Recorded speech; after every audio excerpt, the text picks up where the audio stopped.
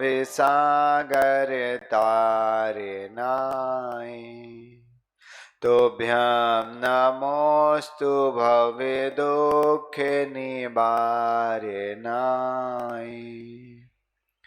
आध्यात्मे मूर्ति गुरुदेव नमोस्तु तोभ्यम्। आचार्य वर्य विशो नमोस्तु तोभ्यम्। आचार्य वर्य विशो नमोस्तु तोभ्यम्। आचार्य वर्य विशो नमोस्तु तोभ्यम्। नमो अरिहन्तारम्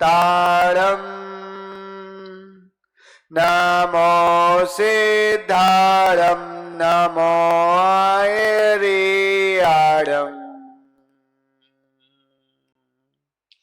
नमो अज्जायाडम् नमो लोये सौभिसाहुरम्। बोले अनंत अनंत सिद्ध परमेष्टि भगवान की, शासन नायक श्री वर्धमान स्वामी भगवान की, कलिकाल सर्वगाचार्य समंतबद्ध स्वामी भगवान की, दादा गुरु बाबा रत्नाकर आचार्य भगवान विमल सागर जी गुरुदेव की, मम गुरु अध्यात्म योगी चर्या श्रमणी आस्था के देवता आचार्य भगवान विशुद्ध सागर जी गुरुदेव की, श्रीमण मुनिषि यत्न सागर जी गुरुदेव की, द्वादशांग जिनवाणी माता की। जय बोलो प्रसन्न मन मुनि प्रणोद सागर जी महाराज की।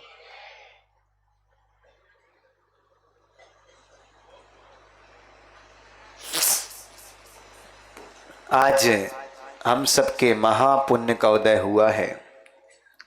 हम सभी इस युग के अध्यात्म के राजहंस चर्या शिरोमणि आचार्य गुरु विशुद्ध सागर जी महाराज एवं मां जिनवाणी की कृपा से अपनी वाचना को प्रारंभ कर रहे हैं। मालूम है अभी थोड़े स्वागत। अशोक जी, हिंदुस्तान में कोई नहीं बचा जो प्रणुष सागर जी को नहीं जानता है। प्रणुष सागर उन्हें नहीं जानता। अंतरमना प्रसन्न सागर जी के जीजा आए हैं और प्रणुष सागर के परम गुरु भक्त आए हैं।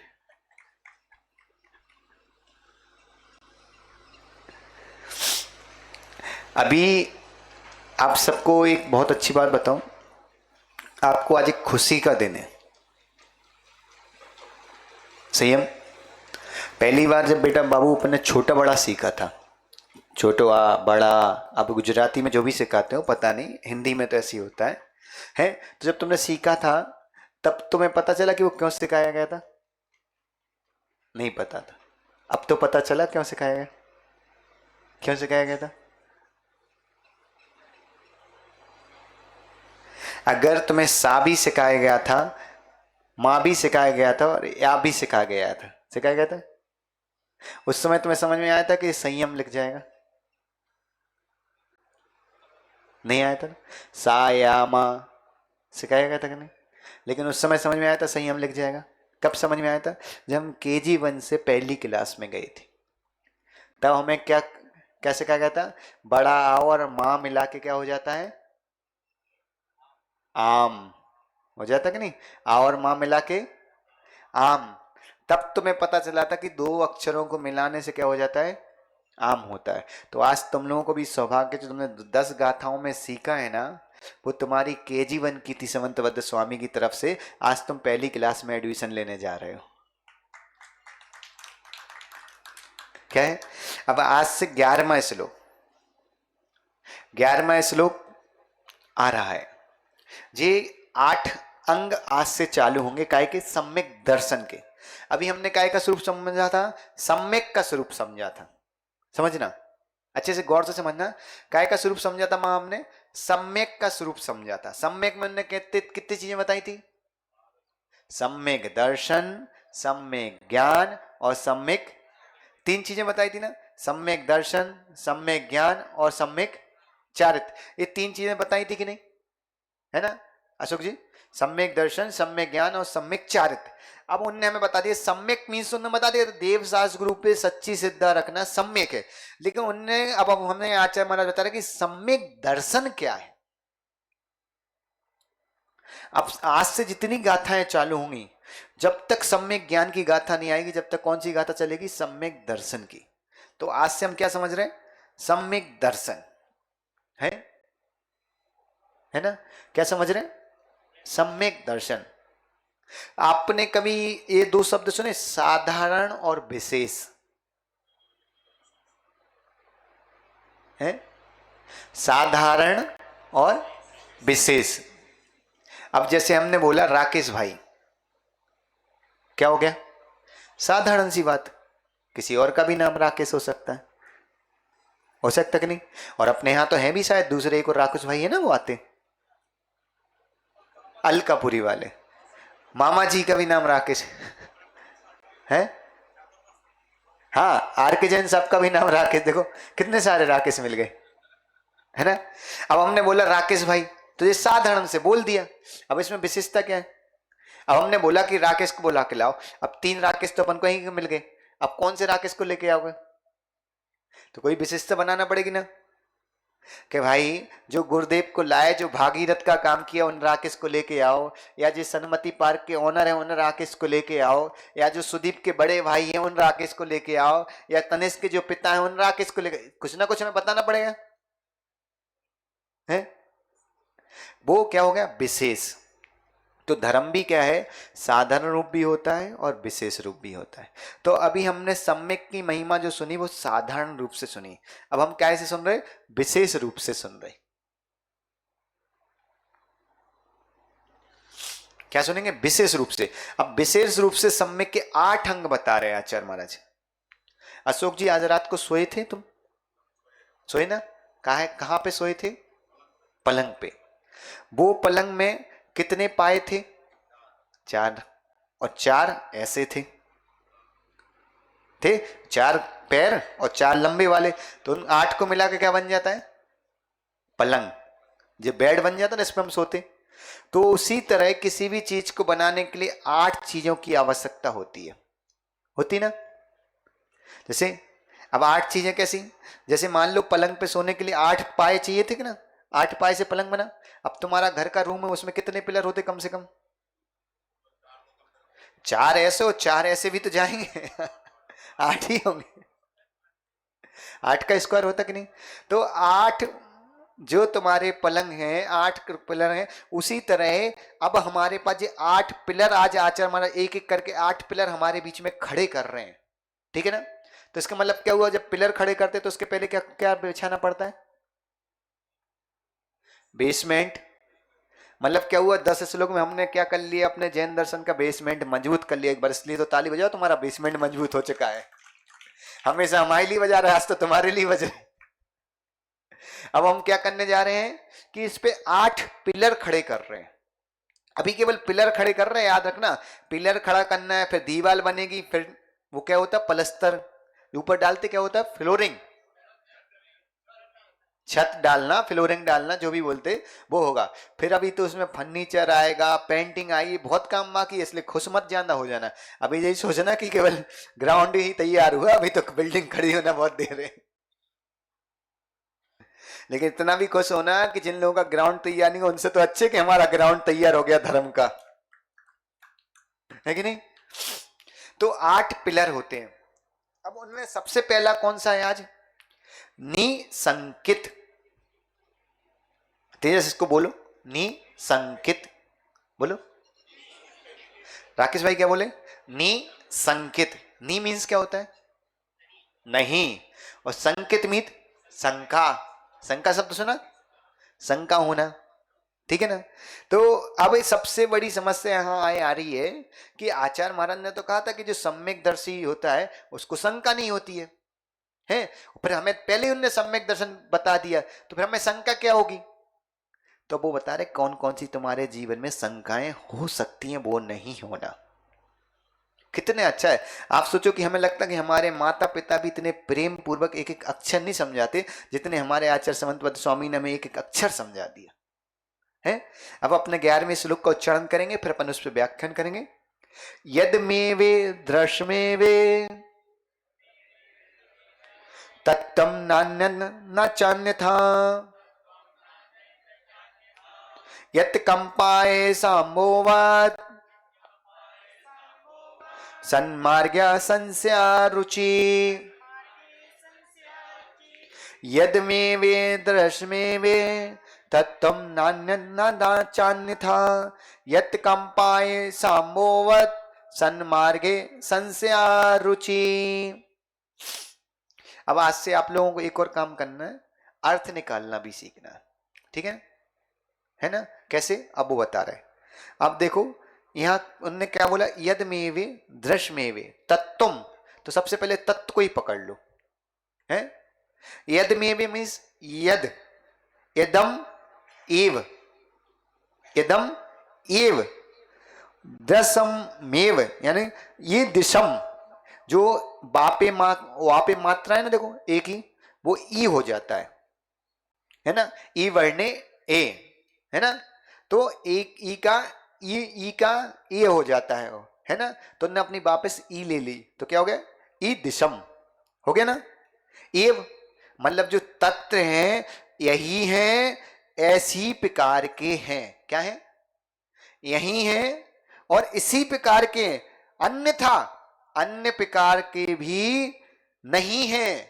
मतलब तत्व जो है वो यही है, ऐसे ही है, अन्य प्रकार के नहीं है। इसी प्रकार के सच्चे देवशास्त्र गुरु के विषय में, जो सच्चे देवशास्त्र गुरु हैं, जो हमने कहा है वैसे ही होते, अन्य प्रकार से नहीं होते। तत्व जो है जैसे आगम में लिखे वैसे ही हैं, अन्य प्रकार के नहीं होते। कैसे, जैसे तलवार की धार, आयासम संभवतम, मतलब तलवार की धार पे रखा हुआ पानी के समान, आकंपम मतलब अटल, रुचि सिद्धा निसंकित अंग कहलाता है। सन स्या रुचि, सन स्या रुचि, इस शब्द को बोलो, समझ में आया? संस्या, संस्या मतलब संसा, सा मतलब नी हो जाता है। जो संस्या रुचि है उसका ही अर्थ होता है निसंग, निसंग। तो सम्यक दृष्टि जो होता है वो कौन सा है, निसंकित, निसंकित मतलब उसके अंदर कोई भी शंका नहीं रहती। अब समझे, अब हम तुम्हें अपनी भाषा में समझा देते, ये तो शास्त्रीय भाषा हो गई। अभी तो तुम्हें बस ऐसे ही लग रहा है कि गुरुजी बता रहे तो सही है, बाकी समझ में कुछ नहीं यार, हमें भी पता है, तुम्हारे चेहरे से दिख रहा है ना। तो पहले समझ लो, आचार्य महाराज ने कहा है कि जो तत्व हैं वो ऐसे ही हैं और इसी प्रकार से हैं, ठीक है। हमारा घर तो भाई यही है, ऐसा ही है, इसके अलावा हमारा कोई दूसरा घर नहीं है, ये तुम्हें विश्वास है? मदन भाई जिस घर में तुम रहते वही है कि उसके अलावा और भी हैं? ऐसा तो नहीं कहीं साइड में रखे हो तुमने नहीं बताया हो? तो 300-400 करोड़ का संभाल है भाई, पता नहीं कहां कहां होंगे। तो क्या है, ऐसे ही है। हमारा घर कैसा है, ऐसा ही है भाई। कोई ने बोला तुम्हारा घर कहां है, भाई ये हमारा घर है। कैसा है भाई, ऐसे ही देख लो जैसा है। अब इसमें कोई ऑब्जेक्शन, जैसा दिख रहा वैसा है। अब राकेश भाई से कोई बोले, सुदीप से बोले सन्मति पार्क का है, बता दी भाई सामने सन्मति पार्क है। कैसा भाई, देख लो ऐसा है। जैसे तुम्हारे पास कोई ग्राहक आता होगा खरीदने के लिए, तो राकेश क्या करते, सुदीप जाता दिखाने, है ना। सुदीप तो क्या करते हो, उसको फ्लैट दिखाते, तो क्या बताते हो? हाँ देखो आ जाएगा काम। हम क्या बताते भाई, जो है सो है, देख ले भाई। अब पसंद, अब उसको पसंद नहीं आया मान लो, तो उसमें तुम कुछ कर सकते क्या? अब बोले कि नहीं तुम्हारा बेडरूम थोड़ा हमें टेढ़ा चाहिए था, तो भाई अब हमारी बिल्डिंग तो जैसी है वैसी है, इसमें कुछ भी नहीं हो सकता।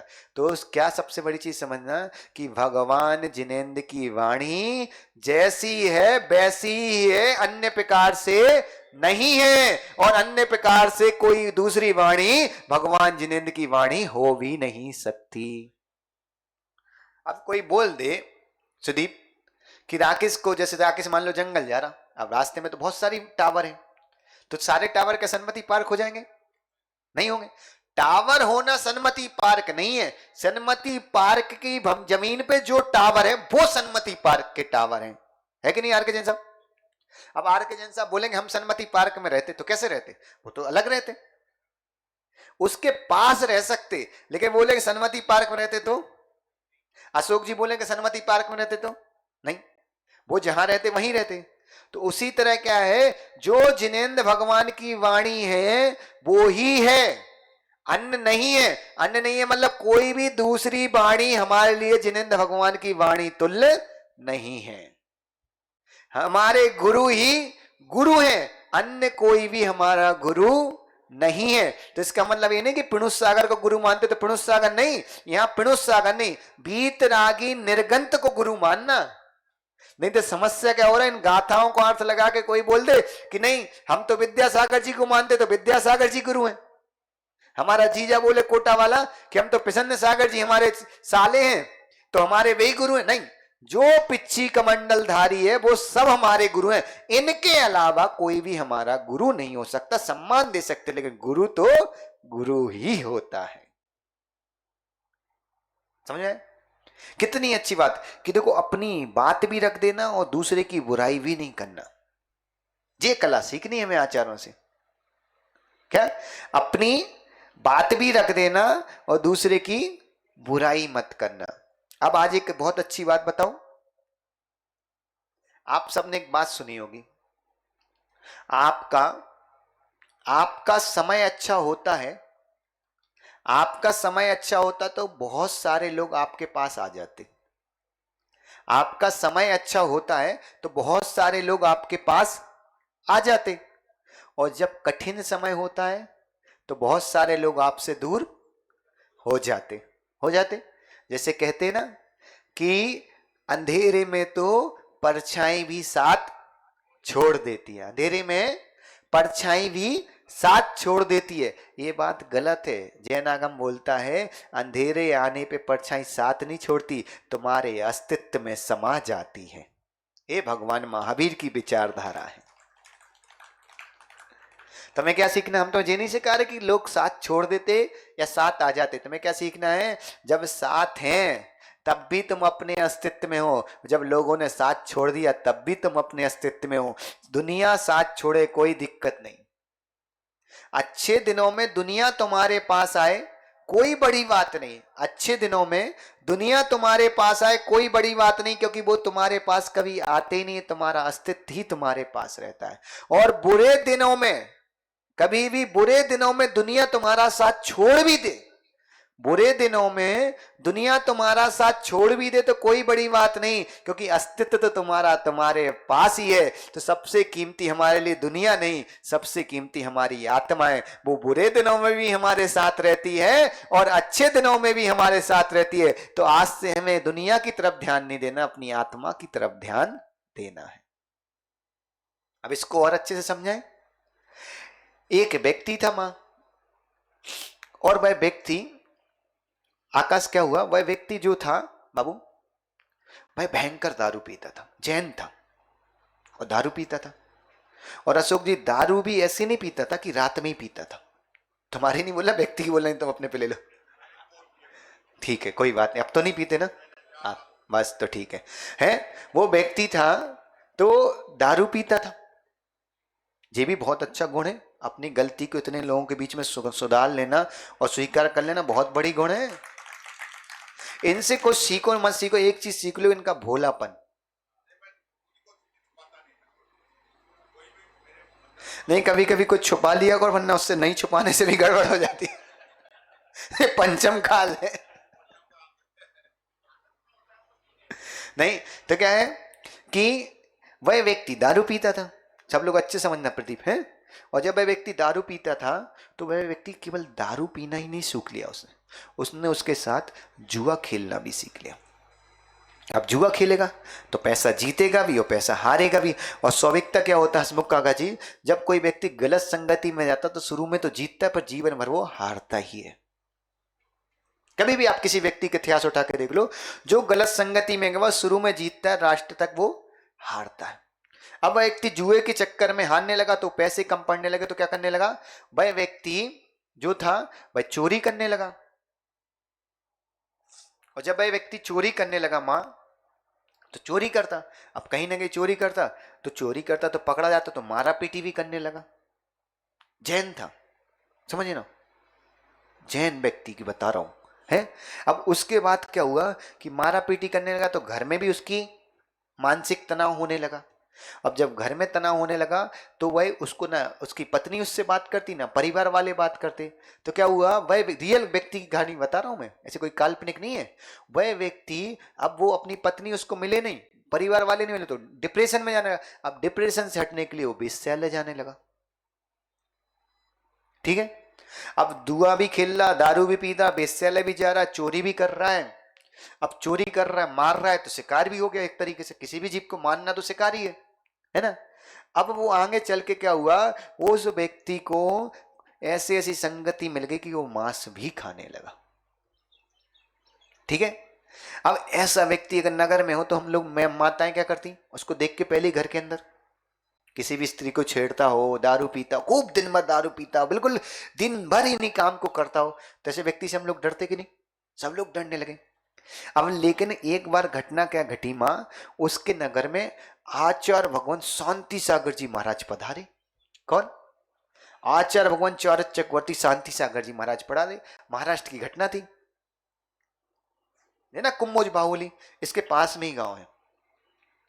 अब आचार्य महाराज शांति सागर जी महाराज पधारे दिलीप भाई, तो क्या हुआ कि आचार्य महाराज आए। अब आचार्य महाराज अपना कमंडल खुद पकड़े हुए थे, चल रहे थे अपना कमंडल पकड़ के। अब जैसे पिसन सागर जी कई महाराज जी लेते ना, अपना कमंडल खुद का नियम नहीं देते भाई, तो खुद पकड़े थे। अब लेकिन क्या हुआ, जैसे ही उनका स्वागत की बैंड बाजे के साथ स्वागत होता है, वो आदमी वहां से सामने से आ रहा था। अब ऐसा आदमी अगर अपने सामने आ, तुम्हारे नगर में गुरु आया तो मन में क्या होगा, 10-20 लोग पहले इसको साइड में करने चले जाएंगे हैं, या क्या करेंगे, गुरुदेव को घेर लेंगे, कहीं इसने कुछ उपद्रव कर दिया, गुरुदेव को लग गई या पत्थर मार दिया, कुछ भी करते। ऐसे व्यक्ति का कोई भरोसा नहीं कर सकते। वही उस नगर में हुआ था, जैसे उन्होंने क्या किया, उस व्यक्ति पे भरोसा नहीं किया और उस व्यक्ति को प्रयास तो किया कि वो चला जाए, लेकिन गुरुदेव ने इशारा कर दिया कोई उससे कुछ नहीं बोलो। कोई लोग कान में तो बता ही देते। अब जैसे ही समझ लो कि वो गुरुदेव के पास आ रहा है, समझ लो ऐसा व्यक्ति कोई तुम्हारे गुरु के पास आ रहा है, उस समय तुम्हारी हार्ट बीट कैसी होगी, टेंशन तो होगी। अब गुरुदेव तो हंस रहे, लेकिन तुम्हें तो टेंशन हो ही जाएगी ना कि भाई गुरु अपने शरीर को अपना शरीर नहीं मानते, लेकिन हम तो उनके शरीर को अपना शरीर अपना गुरु मानते कि नहीं, हमारे गुरु को तकलीफ हो जाए। तो आर्य के जैन सब क्या हुआ राकेश भाई, जैसे ही और पास आता जाए और पास आता जाए, आचार्य भगवान शांति सागर जी महाराज उसके चेहरे को देख के और मुस्कुराए और मुस्कुराए और मुस्कुराए। और जैसे ही मदन भाई जैसे ही वो गुरुदेव के पास आया, वो कुछ साइड से निकलने का प्रयास करते, गुरुदेव ने उसको इशारे से बुलाया और अपना कमंडल उसको पकड़ा दिया। अब कमंडल पकड़ा, अब लोगों को लगा, अब लोगों के दिमाग में क्या, पॉजिटिव सोचने वाले तो कम ही होते, अब उसको लगा भगवान जो कमंडल कहीं तोड़ फोड़ ना दे। आचार्य महाराज उसको ले गए। अब आचार्य महाराज उसको अपने साथ ले गए। अब मंदिर पहुंच गए, मंदिर के दर्शन किए। अब वो व्यक्ति बाहर खड़ा, उसको आचार्य महाराज ने अंदर बुला लिया। अब जिस समाज में जो समाज उसको देखना पसंद नहीं करते, उस समाज के अंदर व्यक्ति को मंदिर के अंदर बुला लिया। अब उसको थोड़ा मन तो पिघल ही गया, कभी जिस समाज में इज्जत नहीं मिली वो समाज अगर और साक्षात गुरु बुला ले तो क्या होगा है। अब वैसे ही जैसे ही हुआ, गुरु ने उसको खुद बुलाया। समझना, कभी गुरु तुम्हें खुद बुलाया मतलब कुछ ना कुछ काम है तुम में, कुछ ना कुछ क्वालिटी आ गई है। अब पता क्या हुआ सुदीप, उस व्यक्ति को जैसे ही बुलाया तो गुरुदेव ने उस दिन ब्रह्मचर्य पे प्रवचन किया है। अब गुरुदेव ने प्रवचन के बाद बोला कि ऐसा कोई व्यक्ति जो 7 दिन का ब्रह्मचर्य ले सकता है। तो वो व्यक्ति खड़ा हो गया। अब वो व्यक्ति खड़ा होगा, जो वेश्यालय जाता हो और दारू पीता हो, जुआ खेलता हो, वो व्यक्ति खड़ा हो जाए। और वो व्यक्ति जैसे ही खड़ा हुआ तो उस व्यक्ति को गुरुदेव ने 7 दिन का ब्रह्मचर्य दे दिया। अब लेकिन जैसे ही उसने लिया तो गुरुदेव ने पता उससे क्या बोले कि आज से तुम्हारा सोमवार से रविवार तक 7 दिन का ब्रह्मचर्य।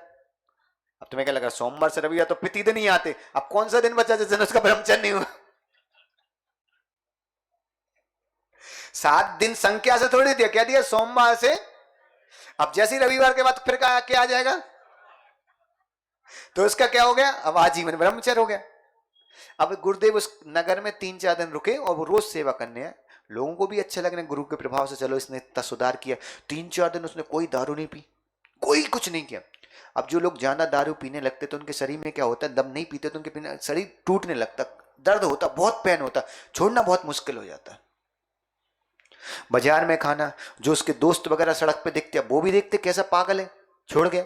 अब सहपाठी भी उसको बुला रहे, भाई आजा हम अपनी तरफ से पिला दे रहे हैं, चल आज मैं अपनी तरफ से बेस्या ले ले, चल तुझे पैसे खर्च नहीं करना। क्योंकि जो पापी होते हैं वो पाप की तरफ खींचते हैं और जो पुण्यात्मा होते हैं वो तुम्हें पुण्य की तरफ खींचते हैं। तो क्या हुआ माँ, उस व्यक्ति को 7-8 दिन वह रहा। और 7-8 दिन बाद क्या हुआ, 7-8 दिन के बाद जब गुरुदेव का बिहार हुआ आर के जैन साहब, तो उस व्यक्ति ने भी गुरुदेव के साथ बिहार कर दिया। बिहार कराने गए। अब गुरुदेव बोले देख तू घर जाएगा तो क्या करेगा, कितना जिएगा, शरीर तूने खराब कर ही लिया, तो एक से एक काम कर, तू दीक्षा ले ले। क्या? और उस व्यक्ति ने दीक्षा ली। क्या ली? दीक्षा ली। और दीक्षा ली तो सुनो, उनका नाम रखा गया पाय सागर महाराज। क्या रखा गया? पाय सागर महाराज। और दीक्षा लेने के बाद अशोक जी, जो व्यक्ति दीक्षा के पहले मांस खाता था, वेश्यावृत्ति करता था, सब करता, तुम्हारे लिए अच्छे समझना तुम, तो क्या है, वो व्यक्ति दीक्षा के बाद एक सूत्र उसको गुरुदेव ने सिखा दिया। क्या? कम्मे सूरा सो धम्मे सूरा। बोलो, कम्मे सूरा सो धम्मे सूरा। बोलो, कम्मे सूरा सो धम्मे सूरा। आज सबका नियम है, घर जाके जो लोग नहीं आए ना उनको बोलना, हे ज्ञानी, अशोक जी राहुल की मम्मी को बोलना, मां को बोलना, हे ज्ञानी कम्मे सूरा सो धम्मे सूरा। कम्मे सूरा सो धम्मे सूरा। जैसे तुम किसी मेहमान के यहां जाते कि नहीं, तो मेहमान जब तुम वापस आते अगर तुम्हें कुछ नहीं दे तो घर वाले पूछते क्या लेके आए, इसलिए हम तुम्हें भी एक एक सूत्र रोज दे देते। जैसे तुम्हारे घर वाले पूछे महात्मा के पास गए तो उनसे क्या लेके आए, तो बता दो भैया, आज बताना, क्या बताना, कम्मे सूरा सो धम्मे सूरा। इसका मतलब होता है जो कर्म करने में सूर हो सकता है अशोक जी, जो कर्म करने में सूर हो सकता है वो धर्म करने में भी सूर हो सकता है। जो अपनी ताकत पाप में लगा सकता है वह व्यक्ति अपनी ताकत पुण्य में लगा सकता है। जो व्यक्ति अपनी ताकत से पाप बांध सकता है वह व्यक्ति अपनी ताकत से पाप भी काट सकता है। कम्मे सूरा सो धम्मे सूरा। जो कर्म में सूर हो सकता है, सूर में ताकतवर हो सकता है, वो धर्म में भी ताकतवर हो सकता है। अब वो पाय सागर महाराज की भी कहानी खत्म नहीं हुई। अब महाराज ने तो न सूत्र क्या बता दिया, कम्मे सूरा। बोलो, कम्मे सूरा सुधम्मे सूरा। अब उन महाराज को एक कहानी समझ में आ गई कि महाराज हमसे कह दिया कि तुमने जो पाप किए वो पाप तुम्हें काय से धोना पड़ेंगे, इसी शरीर से, धर्म करके। अब उनने पता किया, आप विश्वास नहीं करोगे, जो दारू पीता था, सारी चीजें करता था, अब वो सामायिक करने पता कहां जाते, नदी में।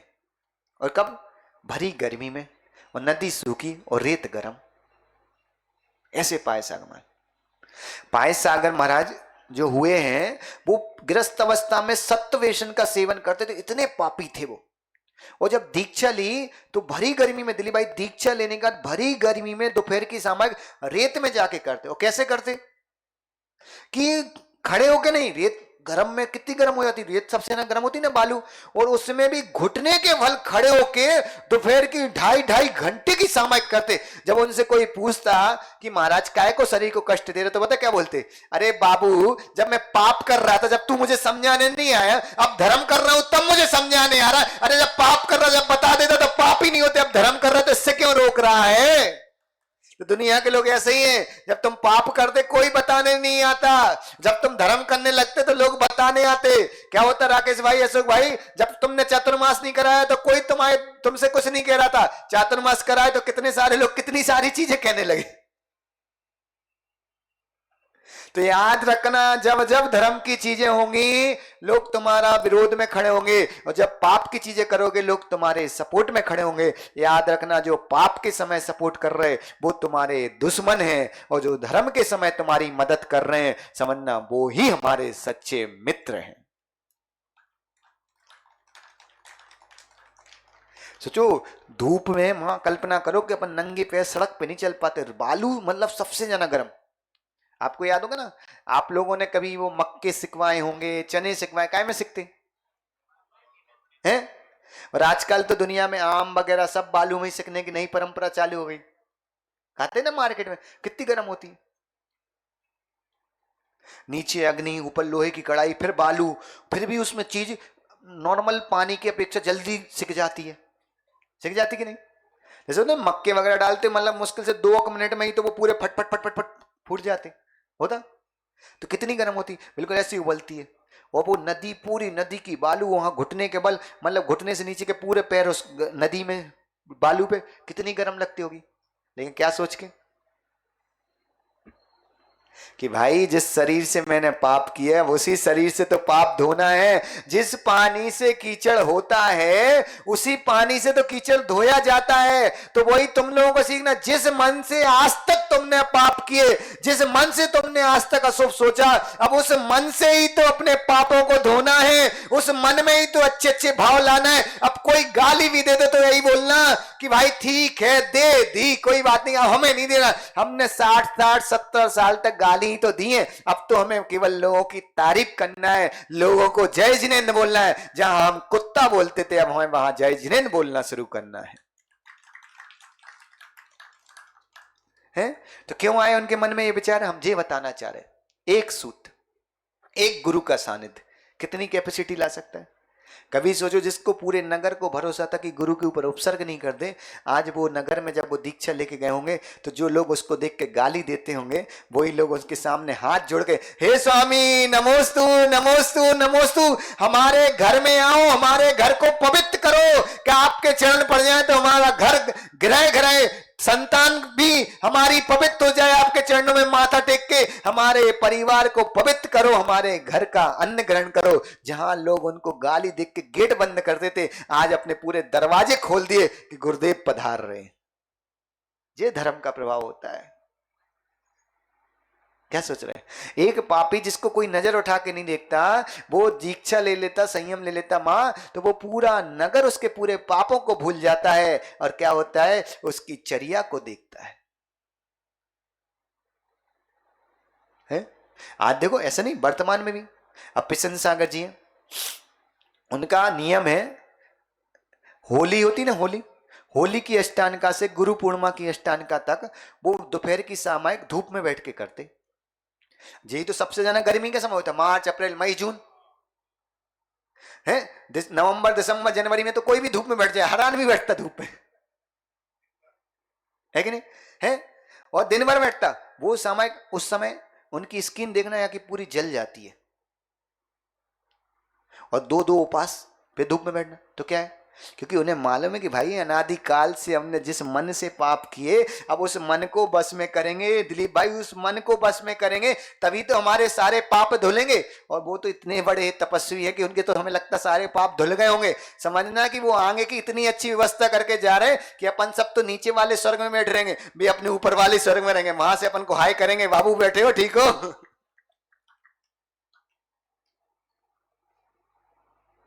तो अपन सबसे उनसे क्या सीखना है कि अपन सबको भी ऐसी तपस्या करना है कि हम सब भी उन गुरु जैसे पद चिन्हों पर पूर्ण रूप से ना चल पड़े तो थोड़ा तो चल सके। तो क्या आचार्य महाराज ने कहा, एक सूत्र क्या मिला था?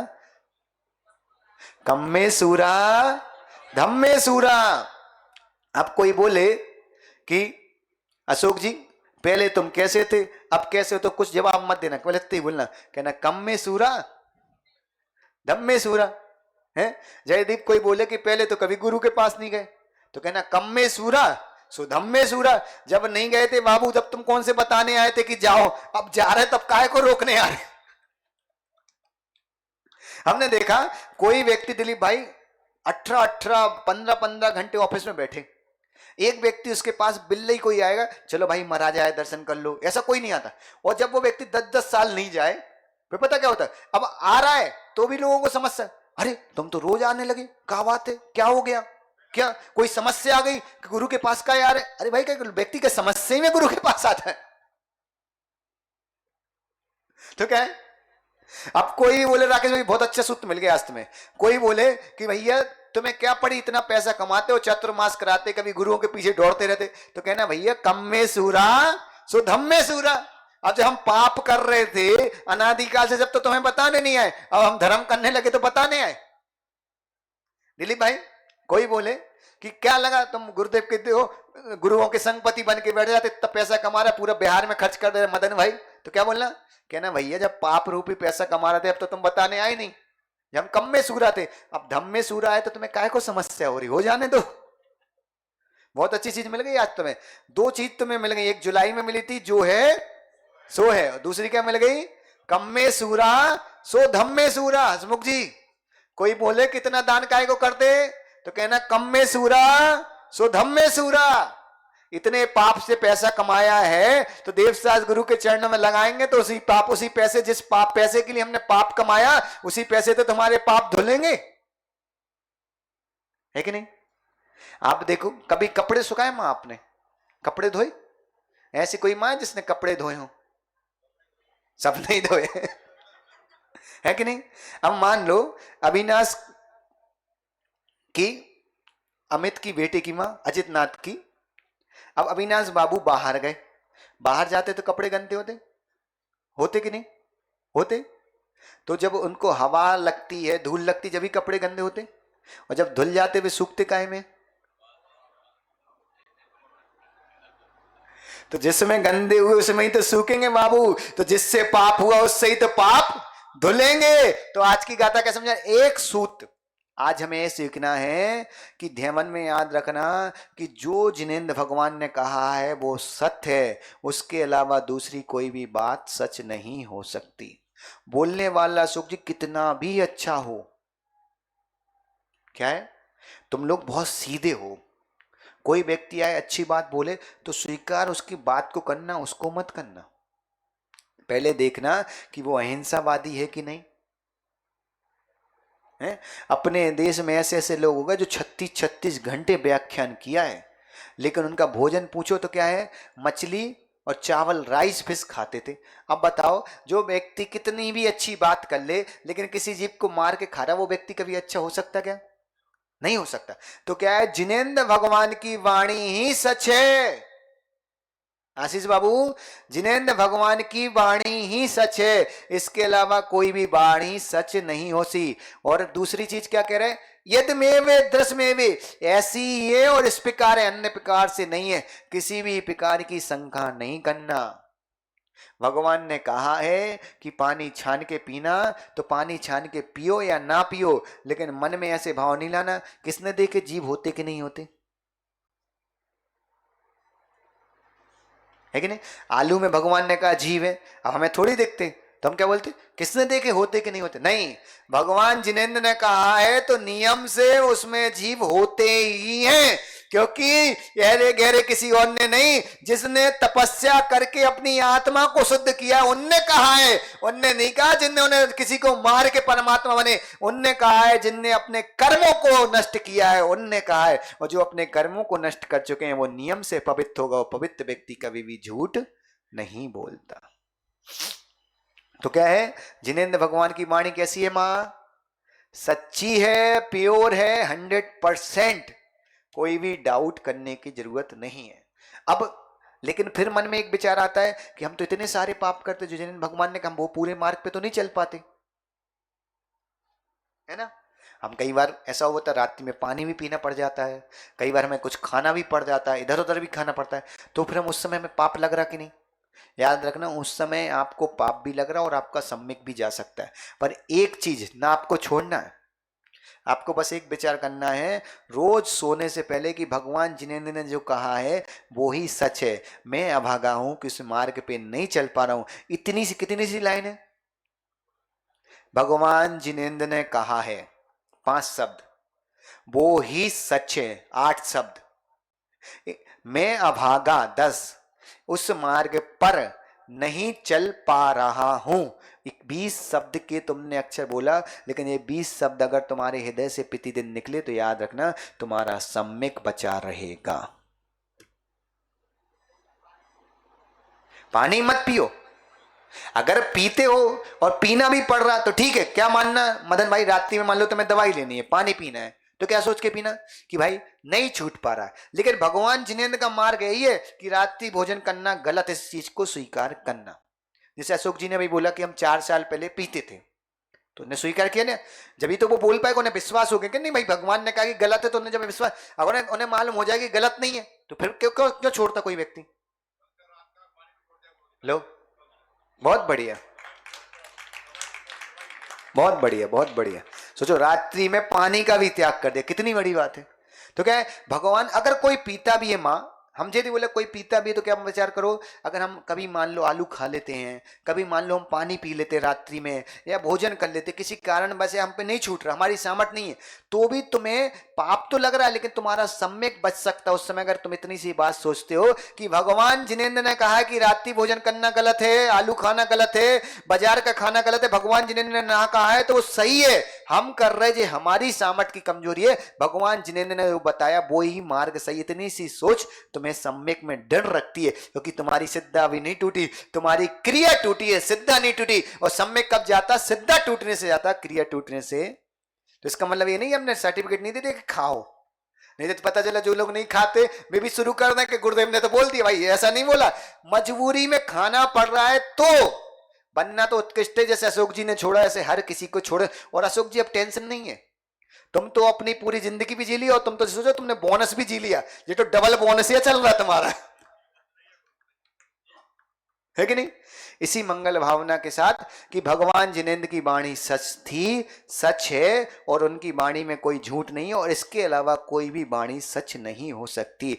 जिस वाणी में अथवा तत्वा है वो वाणी सच नहीं होती, भगवान जिनेंद्र की वाणी सच होती। हमने आज सम्यक की पहली सीढ़ी चढ़ी है, 8 सीढ़ी चढ़ना अभी हमें। हमने कौन सी चढ़ी, निसंकित, मतलब आज से में कोई शंका नहीं। अब कोई बोले स्वर्ग होते कि नहीं होते, भाई हमें नहीं पता होते कि नहीं होते, हमें तो ये पता कि भगवान ने कहा है इसलिए होते हैं। कोई ने बोला नरक होते कि नहीं, हमें नहीं पता, भगवान ने कहा इसलिए होते, हमें कोई मतलब नहीं। हमें अपने सम्यक में दोष नहीं लगाना। तुम कितने भी ज्ञानी बने, हमें तो इतना बड़ा ज्ञानी नहीं बनना कि हमारे सम्यक में दोष लग जाए। हम भगवान जिनेंद्र के खिलाफ ना कभी सुन सकते हैं ना कभी बोल सकते हैं, क्योंकि हम सच्चे सम्यक दृष्टि हैं, और सच्चा सम्यक दृष्टि ना भगवान जिनेंद्र के खिलाफ सुनता है ना बोलता है। ठीक है ना। इसी मंगल भावना के साथ बोलिए आचार्य गुरु विशुद्ध सागर जी महाराज की